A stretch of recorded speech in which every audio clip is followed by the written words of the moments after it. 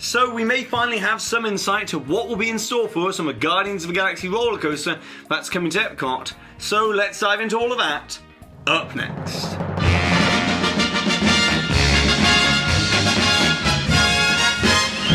Hi there Waltoneers, I'm Jack and this is of course DSNY Newscast, and you know what, let's get straight into the topic for today. As if you've entered Epcot any time in the last year, you'll have noticed a rather large show building that's being built just behind the former Universe of Energy Pavilion. And this is of course for the Guardians of the Galaxy Rollercoaster that will be opening in 2021. But since Disney enclosed this absolutely mammoth show building last summer, it makes it rather more difficult for us to dissect the track layout and the details of what's going on inside. As when Disney did the concrete pour for the foundations of this show building, many puzzled at why Disney would need to construct such a huge show building for an indoor roller coaster, as after all Disney have touted that you can fit 4 Spaceship Earth attractions inside this one show building. So in many ways Disney are kind of constructing the very first Square Ship Earth at Epcot. But now we might finally have an answer to why this show building is so incredibly big, and that's because it needs to house some of the most advanced projection technology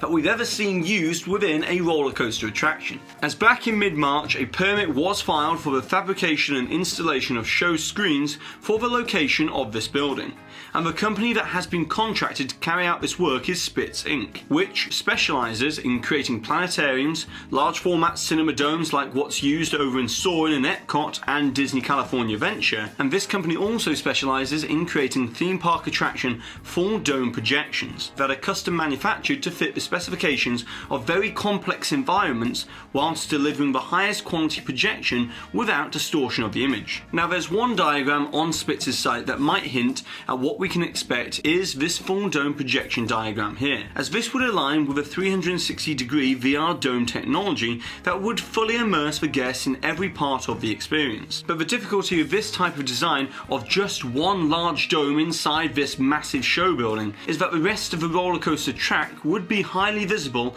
and block the view of the projections around you. So more than likely this diagram doesn't perfectly illustrate what we're going to see within the attraction. So instead, I would guess that what is probably going to be implemented here is a series of domes and half-dome screens of various shapes and sizes that will almost enclose the entire track, or most of the track, so that you really can't see any inside part of this show building. Unlike other conventional indoor roller coaster experiences that can be found with Space Mountain and Rock and Roller Coaster, where you're fully aware that you're inside of a building with the rest of the coaster track around you. But it's more than just this, as you're probably wondering to yourself, what ride narrative involving the Guardians of the Galaxy would lend itself to such a technologically advanced attraction? And well, we already know that Disney are calling this the very first storytelling roller coaster experience within a Disney park, which means that instead of just whizzing past the action, you'll be able to fully view what is happening around you at all times, making for very different experiences each time depending on which way you look. And as we can see here in this official test footage of the actual roller coaster train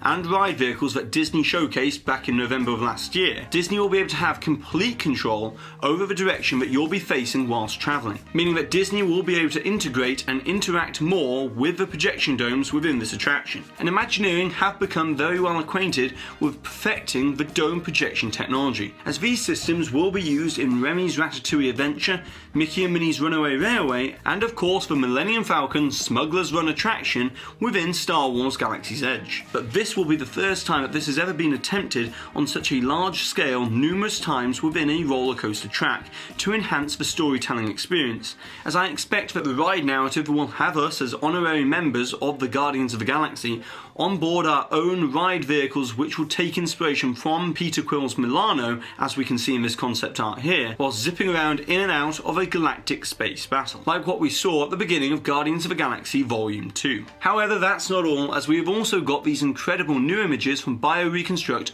over on Twitter of the coaster track from the launch tunnel. As we can see here that there's a new piece of track that's been installed with a very tight, thrilling banked turn right at the top, either at the beginning or end of this ride. But to be honest, I don't expect that we'll be able to see any more track installation, as it seems that Disney are readying to enclose this launch tunnel very soon that connects the now gutted Universe of Energy building to the new Gravity Show building, or what I'm calling Square Ship Earth. Now, whilst we've been talking about Guardians of the Galaxy and Marvel today, how could we not talk about what will probably be the biggest movie of all time? And that's, of course, Avengers Endgame, as tickets went on sale on Tuesday to record-breaking pre-sales, as it easily passed the previous pre-sale ticket records in the first 6 hours to claim the top spot above The Force Awakens. And early estimates predict that this final installment in over a decade's worth of storytelling within the MCU is estimated to make around $800 million worldwide in the opening weekend, supposedly easily beating its predecessor, Infinity War, which made $640 million worldwide.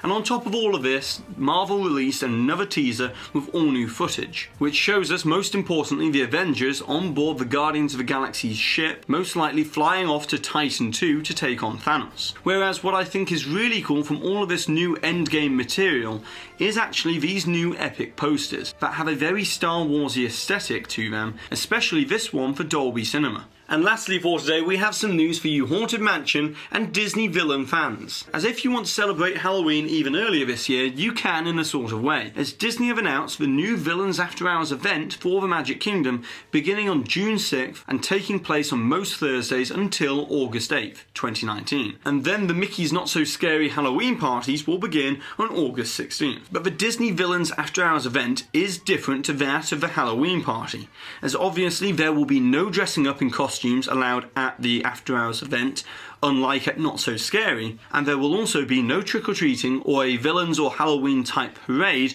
within the After Hours event. But what will be included is a Disney villains stage show called Villains Unite the Night, hosted by Hades and Meg from Hercules, and they'll be joined by Jafar, the evil queen, Dr. Facilier, and also Maleficent. So in a way, it's similar but also very different to the Halloween offerings. But the unique thing here to this After Hours event is a chance to see the Maleficent fire-breathing dragon from Festival of Fantasy roaming around the park for the first time at night. And there'll also be some villainous additions to Pirates of the Caribbean and Space Mountain. And now regarding the smaller update for the Haunted Mansion, as Disney have finally added a photo pass opportunity to this attraction, with this ominous doom buggy photo capture that will appear within the My Disney Experience app, as it will be linked to your Magic Band similar to the photo capture within Pirates of the Caribbean or Frozen Ever After. But now it's over to you, Walton, as I would like to know if you could create any special Disney After Hours event, what Disney movie property would you theme it to, whereabouts would it be located, and what would be included as part of the event in terms of meet and greets, maybe parades and special overlays of attractions, and of course what would be the name of this special Disney After Hours event. And most importantly, don't forget to put the timestamp for where the hidden Mickey appeared somewhere within this video, along with your suggestion or your comment, to be in with a chance to win one of these official DSNY Newscast enamel pins. And congratulations to this Walton here for winning this suggestion from a previous video where we're talking all about the debut of Lightning McQueen's Racing Academy at Disney's Hollywood Studios. And so that's it for today, so go ahead and subscribe down below if you're new to this channel, hit that notification icon so that you always receive an update on a Tuesday and a Thursday when these videos come out, and if you've enjoyed today's video, give this video a massive thumbs up as it really does help this channel out. And I've been Jack, you've been you, and I'll see you real soon.